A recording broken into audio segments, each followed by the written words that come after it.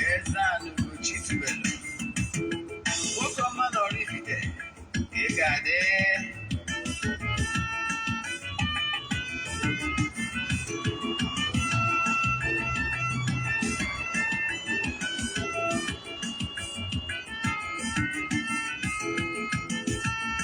Odinana bụ eziokwu,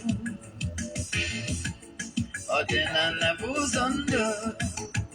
Ịma na o nwere olu na-eti mkpu na-asị, ụmụ Igbo chigharịa, ụmụ Igbo chigharịa.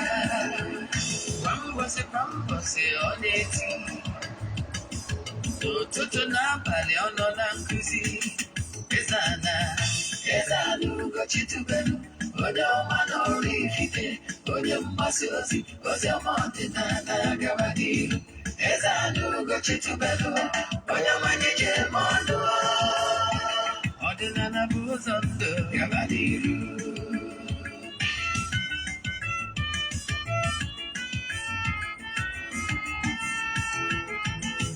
EZE-ANA Ugochi tubelu, onye ọma na oraifite, onye mgbasa ozi, ozi ọma ọdịnala gaba n'ihu.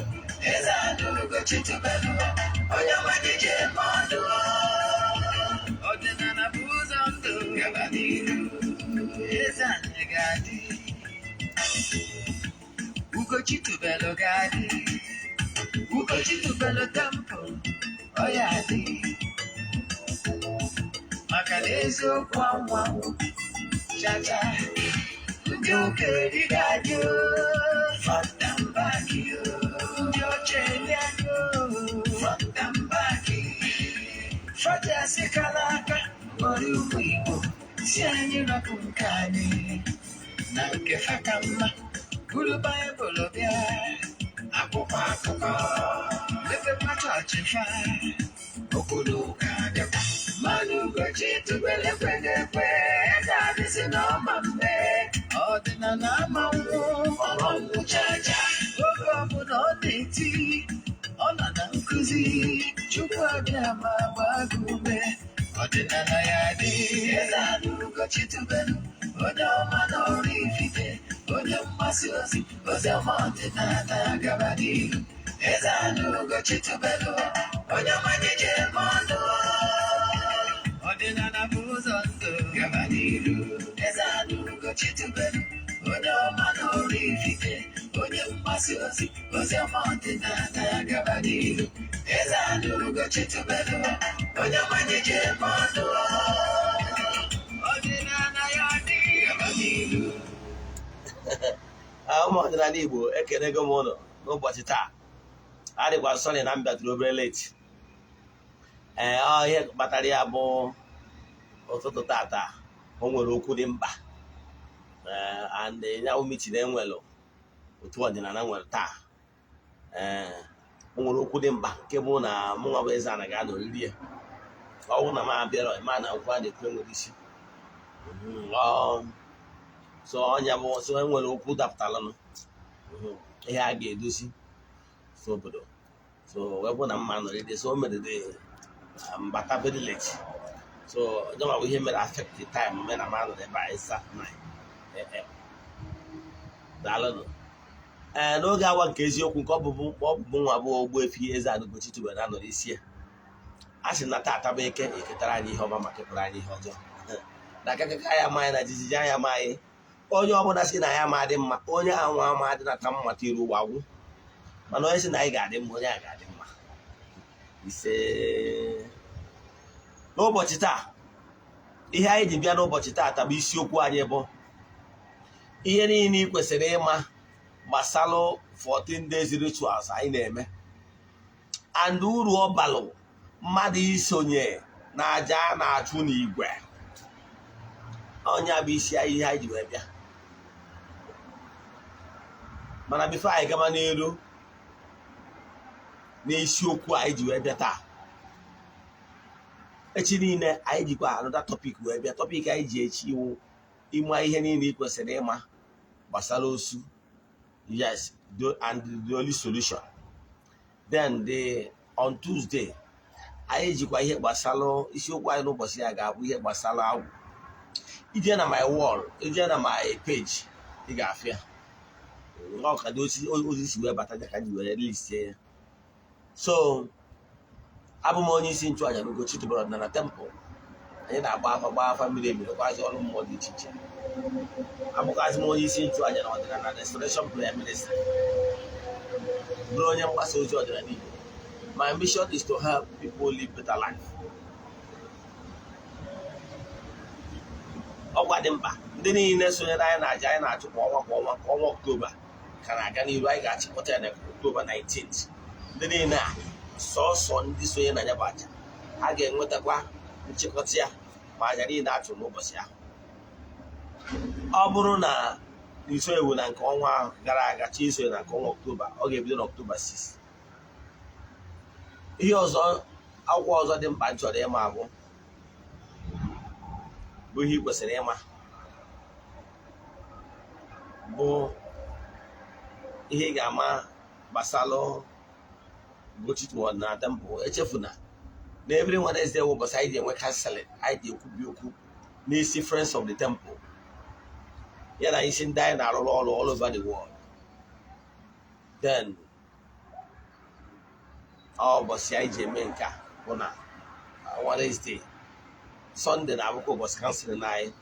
Mana echefuna ụbọchị ọbụla ị na-abịa, let me know ka iwe dị sure na ị ga-eso na ndị anyị ga-afọ, especially when you are coming for counseling. Chọrọ nka crowd dị too much. Mmadụ ole nwere ike efu ụlọ per day. Then n'isiokwu anyị ji wee bịa n'ụbọchị taa bụ ka nkọwarụ gị what you don't know. Maybe I will go back a little ka i wee bido iwe understand ya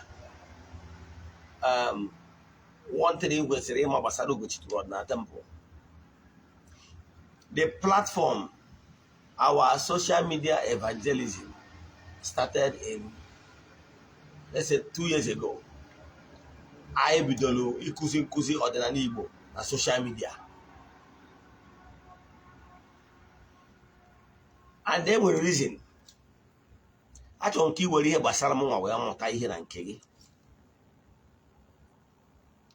Onye ka m ji asị onye ọbụla bụ onye ọdịnala Igbo. Mana bifo anyị gakwa n'iru, anyị jikwa kaadị wee bịa. Yes, anyị ji Airtel, anyị jikwazi Glo. Ọ bụrụ na mmesi introduction, akpọọ m Airtel, anyị mesịrị anyị kpọọ Glo. Now, ihe kwesịrị ịma gbasara ọdịnala. Onye ka m ji akọwalụ mmadụ. Ọkpụkpọ oku akpọrọ m n'ọlụ a o as an evangelist, onye ntụaja ya na kwazi ọrụ dibịa. So oku akpọrọ m ụdị iche ihe nwere ike ịda afụ originally ndị mmadụ. Onye ka m ji agwa ndị mmadụ na what I'm trying to do is to activate, to awaken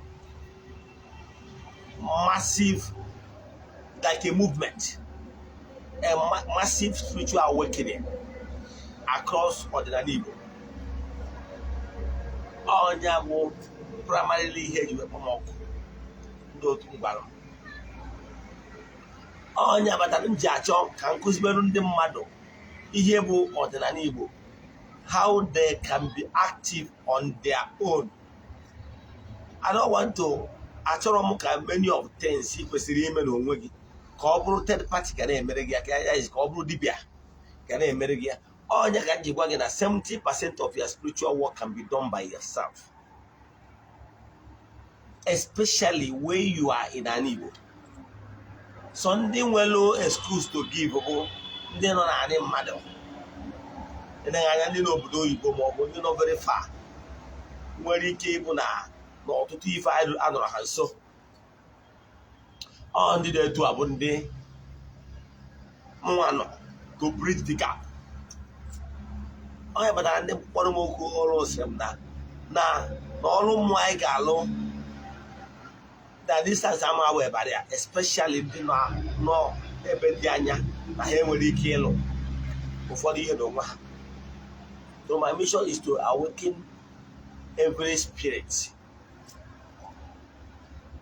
every African child to sit up. Onya batanji when I akuziri step by step what you must do to activate the reality in a power. Onya kanji gwagi basalo spiritual exercise.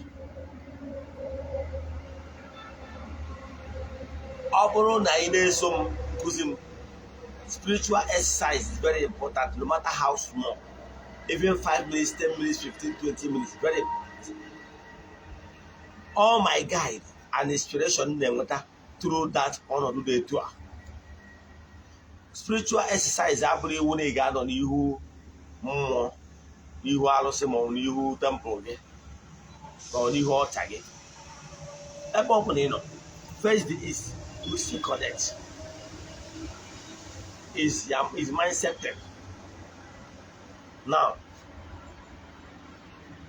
o wee bụrụ na na-adị enwewe ọnọdụ abalị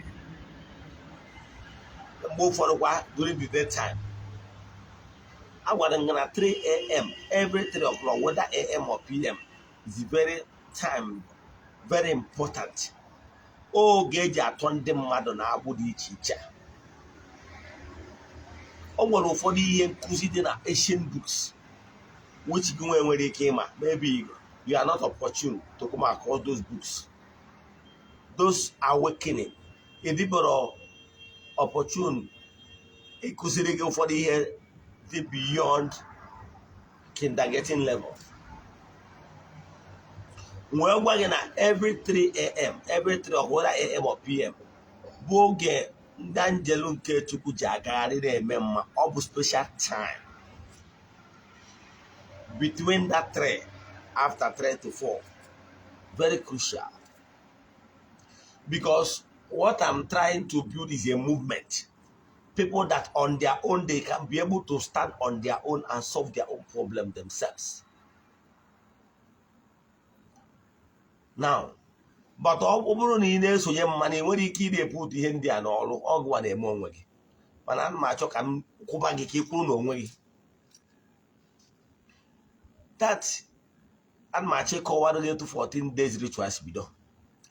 Ana m enwebe oge nji anọ ọnọdụ wee kwubie okwu n'isi my friends of the temple and ndị niile anyị na-arụ ọrụ all over the world n'ụmụ ọdịnala Igbo. So n'ụdị ọnọdụ dị etu aka nna ada anọba ndị kpọrọ m ọrụ, maka na onye ọbụla akpọrọ ọrụ bụ onye nchụaja nwere entities of powers. Ndị kpọrọ ya ọrụ, ọ bụrụ na a na-akpọrọ ọrụ ka ịzọpụta imirikiti ndị mmadụ, enwere entities of powers kpọrọ ọrụ. Enwekwara ezumezu mmụọ ndị ọzọ so gịnị. Yes, ị na-alụzi ya bụ ọrụ, other entities will start keying in. Maka na ihe kwuru ihe akwụdebe ya, ịghọtara ya. Ọnya kpatara na ị nwere ike ije n'okwu arụsị like arụsị dịbe anyị ụlasị. Ije na ụlasị, ị ga-afụ udo, ị ga-afụ ogwu, ị ga-afụ akpụ, and so on and so on. Because once this one kwụrụ, other ones ndị na-erikọ na mmụọ will start joining. So ndị kpọrọ m ọrụ dịka onye mgbasa ozi ya na onye nchụaja. Mgbe a kpọrọ m ogu, a jụrụ m ha kere ihe akpọrọ m ha, wee sị na akpọrọ m dịka onye mgbasa ozi na onye nchụaja. N'ọnya awụ my primary work. That na ga-esi n'aka m save imirikite ndị mmadụ. Na anyị ga-alụkwa ọrụ mmụọ dị iche iche tụọ ndị mmadụ na-agbụ dị iche iche. Ọ na-eme oge a ji anọ ọnọdụ ma nke abalị ma nke daytime anọrị ya. Anụmajụ ndị kpọrọ m ọrụ kere ihe ha chọrọ ka m mee, ha wee na-aga ede m. At first, ha wee sị m bido aja ihe a kpọrọ petitioning. We bido ịchụ aja for 14 days. Na ya bụ ịchụ aja for 14 days ya na-aga esi na ya bunie m enu dị egwu, na-aga anụ aha m na mba dị iche iche. Na site na ịchụ aja 14 days ya na ihe na-ekweghị omume ga-ebido kwewe omume n'ebe m nọ. Gwakwazie m na mmewube ya bụ temple. Gwakwazie m afa mma akpọ ya bụ temple. Gwakwazie m etu ihe niile ga-esi wee dị step by step.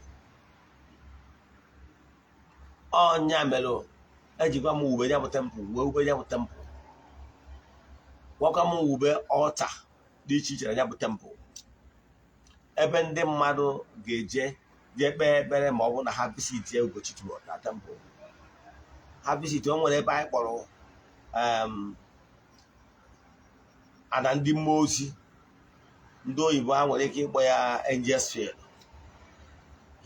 anya m ngalaba ebe a ka anyị si nkiri bohol agwa m si nke da bohol na a ga-echi na ya bụ mmiri wee liberate a lot of people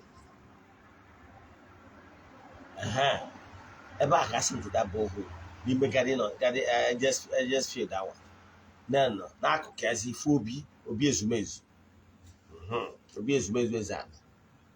Then ị gazie n'azụ the living house of Ogbuefi EZE-ANA Ugochi ifu ebe the temple nọ other entities nọ ị bịazie n'ihu na ifu ebe ngwu nọ then wee ọgwacha m ihe mgbe ha na-eme wee sị m chụba aja 14 days so ihe na-eme bụ sị m na nchụwa na aja na m ga-afụ etu ihe niile egosiri m ga-esi wee fall in place wee bido wee gbawa the gods of my forefathers ha chigata azụ bịa kwudoro m okwu a kpọrọ m buru ibu ka anyị dee ude n'ọrụ a ka anyị pụta ihe ha sị m chụba aja bata 14 days na etu ha ga-esi wee catapult m from grass to grace ga-adị agba ndị mmadụ gharị wee bido na-achụ ya ma 14 days rituals anyị na-eme so every 6th of every month anyị bido ya bacha etu a ka anyị si achụ aja nwa olesi onwezi ihe danyere nwe na anyị ga-echipụta ya mgbe na-achụrụ aja onwe m personal aja m na-achụrụ adị m agwa ndị mmadụ nchụbanya m aja ihe ukwu na-eme nkwubi okwu n'isi ndị mmadụ ọ dịile ihe ọbụla m mere ndị mmadụ ọ na-adị ifeọma na-eme anyị na-egro from strength to strength ndị mmadụ na-ewetara anyị ihe onyinye dị iche iche ọ bụrụ na ngụbara ihe onyinye ndị mmadụ na-ewetara anyị ọ dị too much ma ihe a na-eyi eyi ma mmanya ma so many times ndị mmadụ na-eweta abụrụ ka nje gụba adị m ekwu ego ma ọ bụ ihe ọbụla ọ dị too much ụfọdụ na ha weta dị asa ebe bụrụ ka mmiri ozugbo nye ndị mmadụ kpatara na ihe ndị mmadụ na-ewetara anyị nwere foundation enwe na foundation yes mana ụfọdụ ime ụlọ amụrụ maka ya anyị nwere enwe na foundation data enwe na foundation bụ ngalaba na-afụ maka ịzụ ụmụazị si from poor homes ịkwụrụ ha ụgwọ akwụkwọ anyị na-eme ya anyị enweghị a good number of them yes anyị achọrọ ịma weda ma onye ahụ ọrụ na-eju ụka ma ọ bụ okpukpere is not criteria like the other time ndị Reverend sisters na-enwe onwe school ha na-manage na village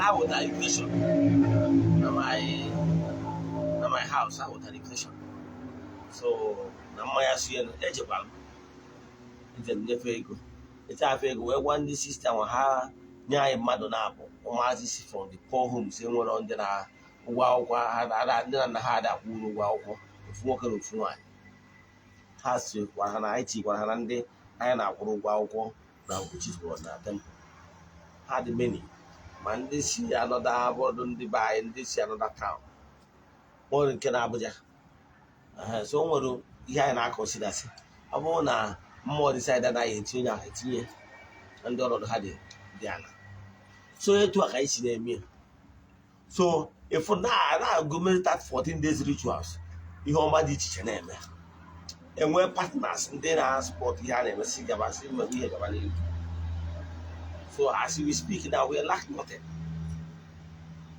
so one day that was I think October last year one guy chat him wee sị m na ya n'obodo oyibo mana na ya na-ebe akwa arịrị akwa ya metụrụ m n'obi ọsị m Eze-Ana na ya anọgo obodo oyibo 15 good years na 15 years ya nọchara obodo oyibo na onwere ihe ya mepụtara na ya chọrọ dị ka ịkọba ups and down ya fesi n'obodo oyibo anya nọ ma the bottom line m na ya nọgbo obodo 15 years and ya agbatagburu ana moto ya ego and the greatest thing to make it worse bụ na not the only son uche ya bụ ka eje obodo oyibo ka ya dị ka ibe ka ẹ bịa n'ọnwa eme ihe ndị ọzọ mana ihe niile nwụrụ nke ya mewu and kịta na ya adịgo 40 years nwekwa nke ya mewu na kịta na-akpụ ya tosi akọrọ m ya lasie na kịta na-akpụ ya na village na mmụ ya na ahụ adịrị ya and na mmụ ya ahụ adịrọ na mmụ ya na-asị na ya chọrọ efe ya mmago dị olisi ọdụ mmadụ ụmụ anaghị ahụ ọ bụrụ ego ka onye nwesị ndụ ọ bụkwara onwe ya ka ọ fụrụ anya n'ọzọ ya na fon ka ya na mmụ ya na ụmụ wee nọ na nwute na ụmụ na-ebe akwa the boy wee sị ya na-ebekwu akwa ya na-ebekwu ebe na-ebere akwa ahụ na ya agba aka si obodo oyibo wee nata after spending 15 good years moto ya egotawuro ụlọ ya arụtawuro na-ebe adịghị anyị na-ebe akwa ọnọdụ ya wutere so much 15 good years abụkwa 15 days old 15 whole years abroad ọnọdụ ya dị really pathetic so mgbe ọ gwachara m ihe this guy na-ebe was crying ụmụazị nke asịcha ya obi kwenye nkwa gwa ya na ọ ya dịrị ya mma ọbụrụ ọzọ uru ka anyị agwazie ihe mere n'ikpeazụ maka na ama na ọnọdụ ya gbanwe mana ihe ahụ akwa ahụ o mere wutere m so much o wee rụzie n'abalị ya ka nna n'ọnọdụ abalị wee gwa ma ya ezumezu wee si ya wee gwa ha sị ya na o nwere ọtụtụ ndị mmadụ ọnọdụ ha dị ana na-akụ ụta na mma na onye adịbụ ode n'ọfụ ịbịa gwa m ihe bụ problem ya na-enwekwara imirikiti ndị ọzọ na-efe similar problem mana ha fụrụ onye akọrọ ụfọdụ nwere onye akọrọ nwere ihe okwu ụfọdụ na-eke ọta especially ndị ọ na-ewute too much bụ ndị ọnọdụ ha na-ewute too much bụ ndị nọ na anị mmadụ ọ eshie nwere one guy mma is like my childhood friend mụ na ya dịbụ na mma nwata tụkọ this guy nọ South Africa ọ nọgo South Africa for I think 20 years if I'm not mistaken. What is 20 years? Ọ nọgo South Africa let's say 21 years now mana maka ihe blọk onye a na-agwa onye ụmụnna ma ọ bụrụ na ọhịa 21 years ọnọdụ ya na-ewute m yes mana o nwere ihe bụ na mmadụ nwere ike na-eje ụka ma ọ bụ na mmadụ akọsara ọrụ problem ya then ịgwagoro ya ihe ọ ga-eme for the fact na onye believe n'ụka o nwere ike sị gị na ya chọrọ ka e were ụka method wee solve problem ya ifo na you are not standing in the right footing to solve the person's problem. But I won't only the problem here, the problem here, and they willingly they had to go tired. We go any aka. Man, was that one? I will go out to them mad and don't know having the worst. Oh, well, one man that last week. Problem here, won't care what the family how care what foundation. 1 year in Kenya, South Africa. Messi alo, be aboriginal brother. Nke senior brother, be aboriginal brother and Messi alo. So, we na South Africa. Nke jini omo gota zira bota. E nwere nke ọma. As at we speak now, on ime. Nne we na ebere mali. Kedu ihe a ga-eme na nwa ya na-abụ ọbachi ime obere oge ọpụtakwa obere oge ọpakwa ime obere ezi onwere na ha elegodo ga ala dị na village lekpọ so ebe ụlọ dị kemgbe eziokwu na nwaanyị abịa ebe m mere arịrị arụrụ m n'ụzọ ọrụ na-abụ mana anara m ya ego maka etu ọnọdụ ya dị a sị bịa gotachi ụfọdụ ọdụ anọrọ m ya ego services ịghọtara ya 1 naira anọrọ m ya so mana ihe na-achịkọwara gị bụ ya o nwere ndị ọnọdụ ha dị etu a n'imirikite ndị ọzọ ndị nwere ike ịkọmuniketi ma ọ bụ ndị anụbọrọ my voice so mgbe ọ bịa kwuo ihe a that boy bịakwuo owute m eshekwa m tears o wutere m so much ọnọdụ ya being the only son and the mma ya abụgo an advanced woman ma ihe mere wee nyụọ ma expect kedu ife a ga-eme ha wee sị m na o nwere ndị ọnọdụ ha dị njọ nwekwa ndị ọnọdụ ha ibi njọ karịrị ihe m ga-eme bụ that 14 days ritual and rituals a na-eme maka nke aka mkpa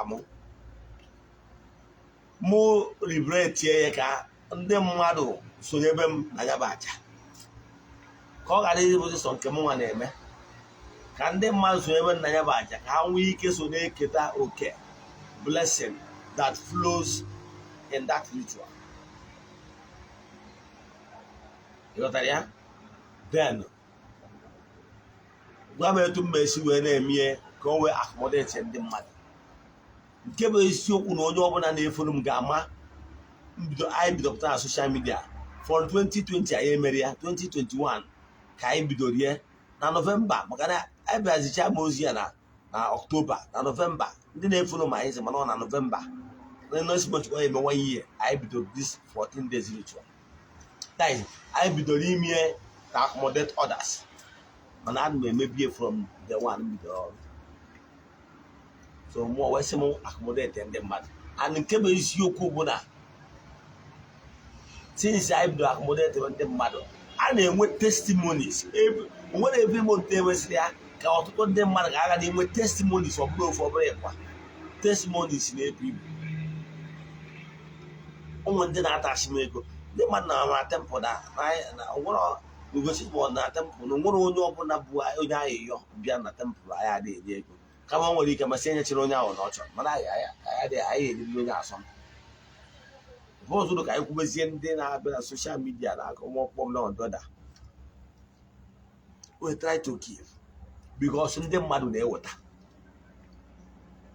o nwere ndị na-emesịa the ritual etu a ife ọma merụ ha they will start sharing testimonies ụfọdụ na-adachi ego nwee ndị na-adachi m ego Ogbuefi na since this month emetakwa ritual na ego batakwara mụ na enwe ndị na-adachi m nnukwu enwe ndị na-adachi m up to $300 na-adachi ego ụfọdụ na-adachi kwana naira ụfọdụ na-adachi ego some of those monies anyị chenjie ya anyị megịnị anyị nwere na-ekekwa ndị mmadụ maka ihe aja ị na-alụ ọrụ anyị na-alụ ihe ada agbasapụ aka because you need to make somebody smile ị na-ediri ime mmadụ ka mmadụ nwa aṅụrị aṅụrị onye ahụ nwere genuine person aṅụrị na onye ahụ nwere ihe ọ na-adị na ọrụ ị na-alụ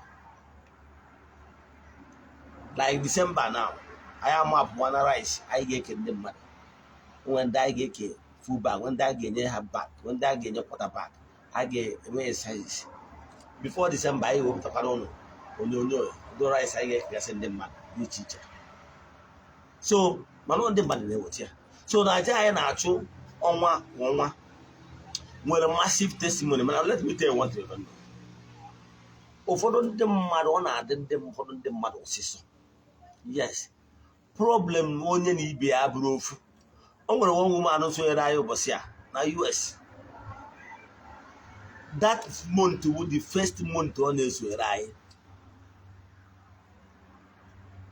mana ụzọ ihe na-abụ ọ yọrọ ha na-abịakwa ya na ya ugboro ọ dịkwa very happy dash ya m ego nnukwu ego kwa mana o nwere ndị nke ha nwere ike ha yọọ ụzọ ihe ịtọ ọ bụrụ ofu ga-emere ha nwee ndị nke nwere ike nwụ na nwere ike ị na-ayọ nwere ike ịnọcha ọnwa na-abụ ma ọ bụ ịtọ testimony ka oge nke wee luo what you don't know bụ na kesi mmadụ niile abụrụ ofu what is entangling you and what is entangling the other person might not be the same therefore ọmawụ the same solution and the same dose Oh, what in the book go from that this year throughout to December.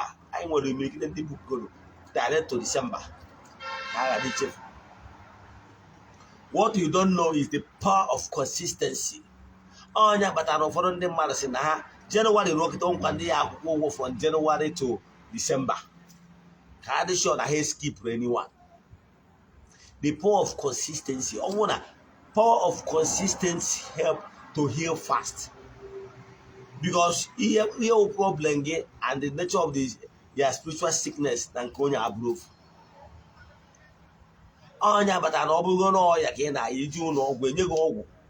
Nye dose gwa etu I ga-esi na ya inuchi ogwu anya. Inuchi ogwu anya it helps you to recover fast. Mana ọ bụrụ na aṅụ ọgwụ tata next week you also you keep skipping it, you might not get the desired result. Would have been the solution to your problem. Here of consistency. I have another money you didn't more timeline. You only charge when you keep away charge an affage. Could be open affage.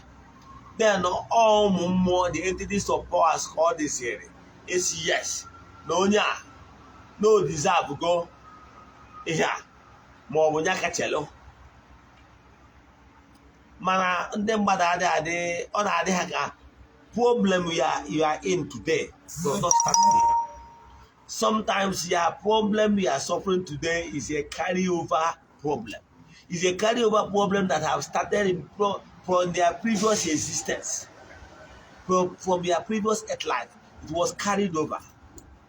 Ụfọdụ bụrụ nke imetara onwe gị n'ụwa nke anyị nọ ya that have committed years back that is hurting you today. So some of these things you will not expect it to just vanish in one day. But you keep on putting the pressure on that your challenge, presenting it before more. You make it here to more yes. Truly na problem onya. Edugo ke never yanya. You know na problem onya edugo ke never yanya. But you need consistency. Consistency shows determination. No, nature and that, like I always say, you are the one that will recreate what you don't want in your life. Your present determines your future. So if you don't want your future to be tattered, start today to create something massive. Have you asked yourself why some people are born in rich homes and since they were born they have they have not tested poverty for once? Yes. Oh, something is responsible. And when you get anywhere, born happen come with silver spoon. Oh well, not every them. Turn by turn. If they live well, then that silver spoon will continue. Now, if they mesmerize the whole thing, believe in me, if not in this present earth life, in the next present earth life, they might come back to square one. You that you are living in penury now, in poverty, abject poverty, if you play your wing well, you can recreate your future massively. Now, why the important, why would you wedding back? What you don't know about spiritual activities and how things work in the spiritual world.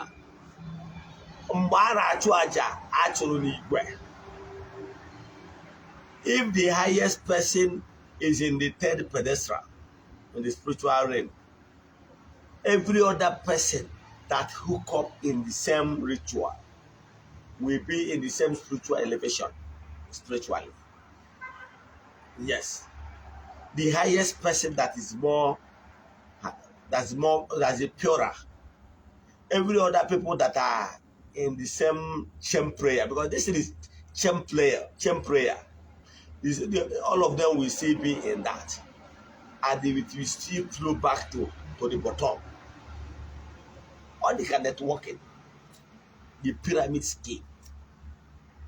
When your mentor, your upline is top and is earning, it flows back to the value chain, to the downlines.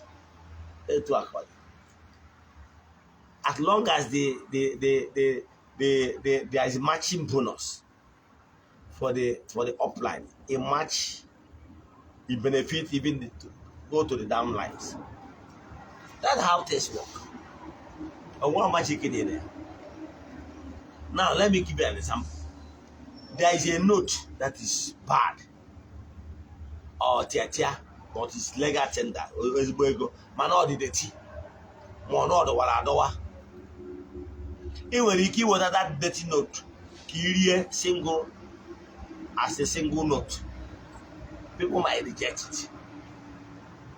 But believe in me, if he take that the same note, tinye any bundle of money, what do you go here? The person now go Diego will still come across that dirty note. But for the fact that this particular money came with other notes in bundle, the person will overlook it and take all the money because they are in bundle or they are in large number. Even if when spiritually, even when you are not, you don't deserve mercy at the moment because of your spiritual standing. Why, when you join group of we call it champ prayers, when I was in this prayer warrior and prayer ministry, call it champ prayer. Once is a group of people, and they see the perfection of the top person where imperfect and did it down. I'm not going to get to you going to note where my got Uru union. The able to know you will be care. Kamarat. It won't have I chuaja. Kamarat. It won't have like it to I gave she ajay now. Often even the money what they contributed is not even enough. You go to 4 cocoa. Ezigbo to call but to leave you also. Maga, ezigbo ko but to leave you also. Na Igbo now. Ezigbo ko but to leave you also. You get there about 5,000, 5,500 or even 6,000. Depend. Christmas you know so now. Last year I got 8,000. Mana it's your ko but to leave you also we had a ezigbo ko. Budget was around 6,000. Is it book up? Though maybe from Anambra side, no. Mana Naja I na-emechi na ka mmadụ ga-atụ. Enwere mmụọ anyị ga-egburu ọkụkọ. Tụọla aja ndị ọzọ dị iche iche. Emesizi anyị jee n'ebe nchụaja gbuo ebu. Because yatago, Mana in spiritual realm, as long as you contributed money for that particular ritual, and the list and this way na yabacha. Whether my ege throws rego koko, more ege throws rege. In the spiritual realm, can I too and I consider the contribute to like I get any whom work. Near tempo eventually. Now it all I must wear direct. Now, this in the this way that yabacha. Now more I can have photo no individually. Because one in group. That's example. Now only of us wearing a jawacha. Now more gonna have photo no bro. Yes, it's a question. Makaleji kotaraka begin. Therefore, each individual in there will calculate. So the power of each wataja in group. Upon the benefit and then what? So I did more abroad here for but for them matter because Jesus and the men of little faith. mmụọ na-alụrụ ọrụ based on your faith. Na-achụcha anya bụ aja ruo ụbọchị ahụ bute mmanya gota ma sie ma nri ndị mmadụ erie nwa aṅụrị. You must be a partaker of somebody's joy and gratitude. Ihe ọbụla a na-eme efuru ebe a na-eme ihe a na-akpọ ihe a na-akpọ joyful activity. Ihe ọbụla ga-ebute aṅụrị to other creatures. Make sure you contribute to your money, even if no a token. Ego by by so you will be able to benefit. So don't be stingy. Learn how to work. I don't know that the go to that, but I don't know ego and then spend the age when you're in the manaka. I don't calculate it. Because no one that for any water that money. And once I would adopt that money, I give it them out. Because I need to make someone happy. Very important. And then they made those EZE-ANA on behalf of our friends of the temple, dying our Lord each and it flows back to only one contribute to the engage in Madaka. It flows back to them, to that. Gịnị ka m na-akọwa? Ana m achọ ịkọwala gị ihe mere anyị dị wee bido 14 days ritual and ebe anyị gagoro ebe anyị lụkọrọ ihe gbasara nya bụ aja anyị na-achụ. Nke bụ eziokwu na ọtụtụ ndị mmadụ enwerego onwe ha sịrị nya bụ aja anyị na-achụ. Ka m kpọọ airtime anyị ji mma akpọgoro Airtel bụ Airtel 500. Imadagon code age load 06 96 16 80 93 68 99 71.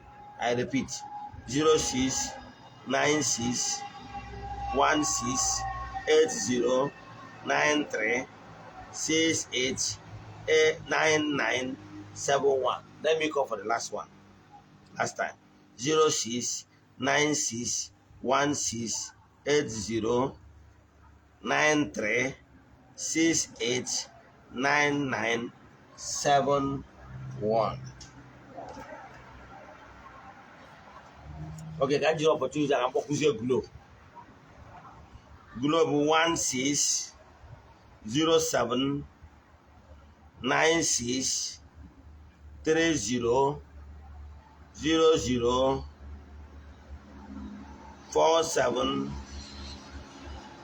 246. I repeat 16 07 96 30 00 47 246. I call again 16 07 96 30 00 47 246. Okay, let me call for the last time. Let me show 16 07 96 30 00 47 246. And our airtime, we are giving back to our fans. Only our fans, only. I won't know only cholo, or they want a card. Manabro, our fans. You will give me we share our link, our video to the person. Let the person like our page and following us, so that the person will be able to copy it himself or herself. So, Nancy Kota. N'oge awa nke eziokwu abụ ịghọtago uru ọbalụ bụ ịchụ aja anyị na-achụ kwa ọnwa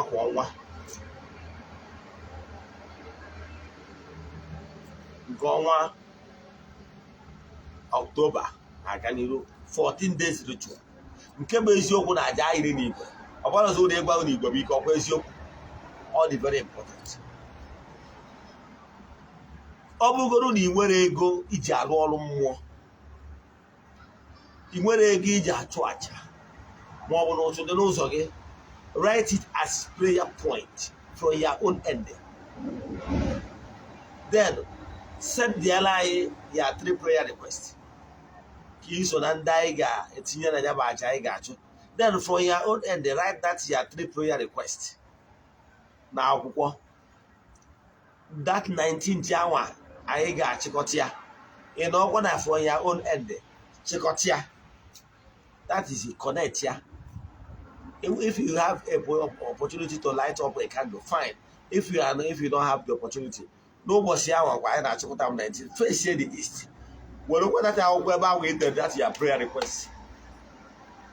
After you repeat 3 down, that's your 3 prayer requests. When you have walk, where you get a plastic, stainless flat plate.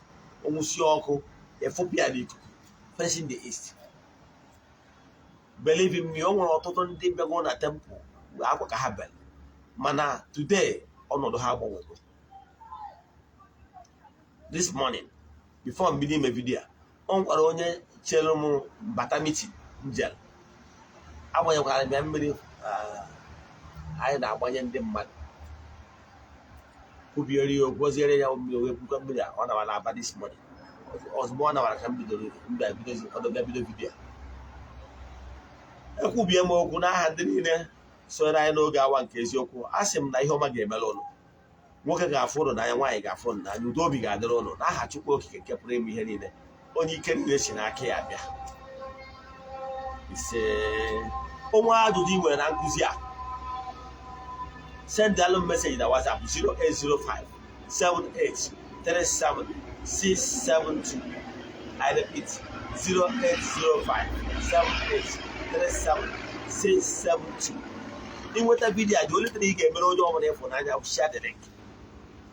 Under the flash of this my voice, he gave me my Ghana my page, Facebook page, Ogbuefi EZE-ANA Ugochi to be orifite.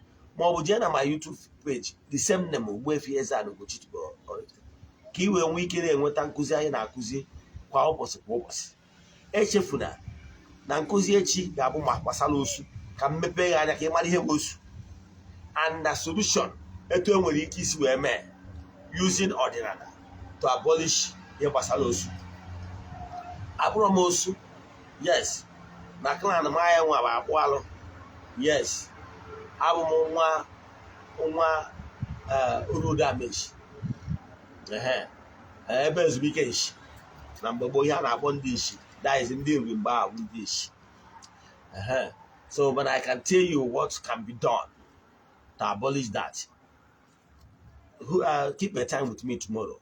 Can me pay here when you came here I'm abolished by fiat, by government waiver, or by announcement, or by bishop announcement, or government order. And with processes. Because here abroad, here have custom. But I go, oh man, abroad, man, all women. So, to solve the problem, still use Odinana methods. Yeah, I can see it on no for.